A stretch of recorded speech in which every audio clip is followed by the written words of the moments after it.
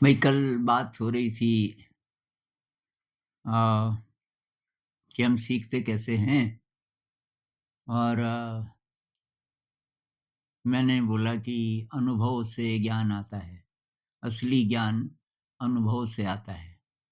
तो किसी दोस्त ने पूछा है कि ये अनुभव से आपका क्या मतलब है? तो मुझे एक कहानी याद आ गई। एक बार एक इंजीनियर थे, बहुत नामी इंजीनियर, बहुत नाम था उनका। उनसे मेरी दोस्ती हो गई और उनको मैंने कहा यार बहुत ज़्यादा ज्ञान है आपको तो बिल्डिंग्स के बारे में। तो धीरे-धीरे जब ज़्यादा दोस्ती हो गई तो वो कहने लगा कि एक बात बताऊँ, मैंने जितनी चीज़ें पढ़ी या डिग्री ली इंजीनियरिंग की, बाद में मुझे पता चला कि मुझे कुछ नहीं आता। तो पहला काम कि मुझे मिला और काफ़ी पैसे भी थे उसमें।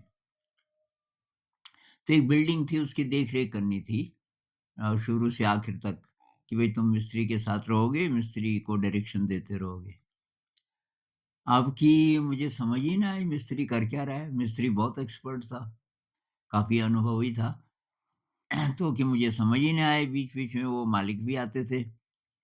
अब 1 दिन हुआ, 2 दिन हुआ, मैंने सोचा ये जब-जब ये मालिक आता है, तो ये तो देखता है कि मैं कुछ भी नहीं कर रहा, तो मेरी नौकरी ना चली जाए कहीं।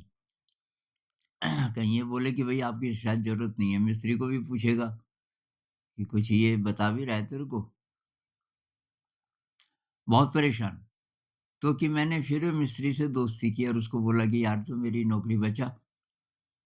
मिस्त्री ने बोला साहब जी आप तो बड़े साहब हैं, आपकी नौकरी मैं कैसे बचाऊँ?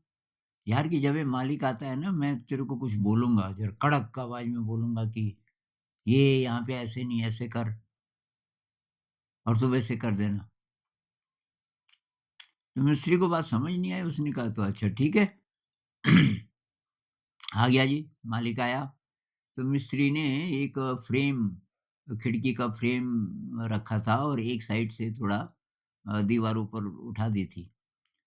तो जैसे ही मालिक आया वो इंजीनियर ध्यान से उस खिड़की को देखने लगा। मिस्त्री ये उतार इस खिड़की को, ये हटाओ ये दीवार जितनी तूने एक्स्ट्रा लगाई एक साइड से। तो मिस्त्री के साथ थे 2-3 लोग। तो मिस्त्री ने देखा इंजीनियर की तरफ, इंजीनियर ने इशारा किया तो समझ गया। गुस्सा तो हुआ पर समझ भी गया। खैर दीवार साहब उतनी हटाई गई और वो फ्रेम को कि फ्रेम किसने बनाया? कि जी कारपेंटर ने। कि कहाँ है कारपेंटर? कि जी वो तो उसकी दुकान तो आगे है, शहर में है, वहाँ से भिजवाया उसने, हमने जो नाप दिया था। ठीक है, बुलाओ उसको, कारपेंटर को बोलो कि शाम तक आ जाए। खैर, तो मालिक जब चला गया, मिस्त्री थोड़ा अपसेट तो था। मिस्त्री ने बोला, "ये साहब क्यों उतरवाया ये फ्रेम? क्या खराबी है इसमें?" अरे यार कि तू समझ ना बात, कोई खराबी नहीं है, इसको लगा दे दोबारा से, वैसे ही। क्यों उतरवाया क्यों? अरे कि ये मालिक की नज़र में अब मैं मतलब मैंने नुक्स निकाला ना इसमें, चाहे नुक्स तो है नहीं कुछ, कि साहब ऐसे आप काम खराब करवाते रहोगे, तो नहीं कि बहुत ज़्यादा नहीं, अब देखो कि ये तो कमी तो तेरे में तो आई नहीं ना, ये तो कारपेंटर के लिए मैं बोल रहा हूँ, कि नहीं साहब नहीं, कारपेंटर भी गड़बड़ करे तो हमको पता चल जाता है, क्योंकि दीवार उजाड़नी पड़ी ना इतनी एक्स्ट्रा।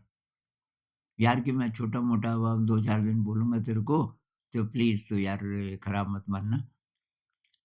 तो वो कहने लगा कि फिर मैं उस मिस्त्री से सीखा। एक-एक बात मैं उसको पूछने लगा, यार तुम एस्टिमेट कैसे लगाते हो कि इतना मकान है तो इसमें इतना लगेगा?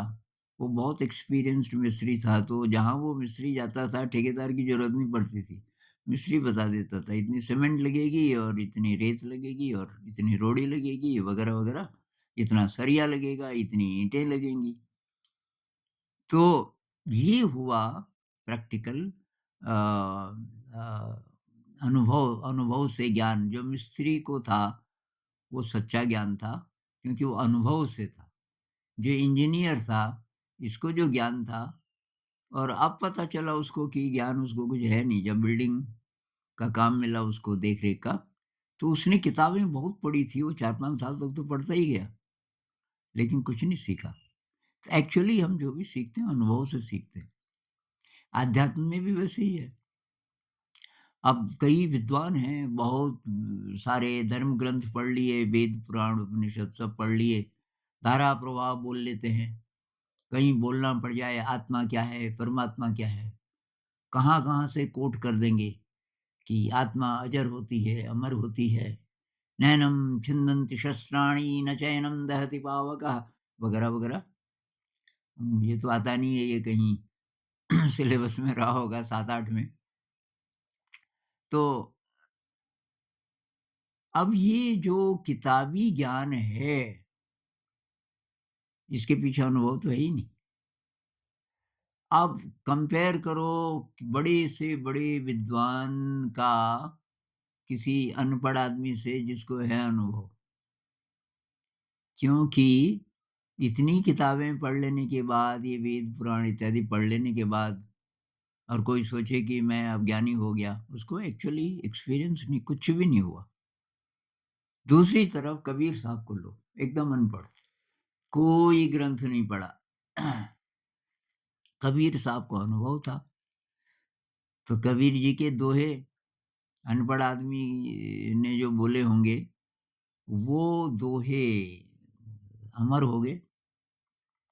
कबीर साहब कहते हैं, बूंद समानी समुद्र में, बहुत सिंपल ढंग से वो एक्सप्लेन कर देते हैं कि वो अनुभव क्या है। हम कहते हैं कि आत्मा का स्पर्श, परमात्मा का स्पर्श, किसी विराट सत्य का स्पर्श, तो वो क्या एक्सपीरियंस है?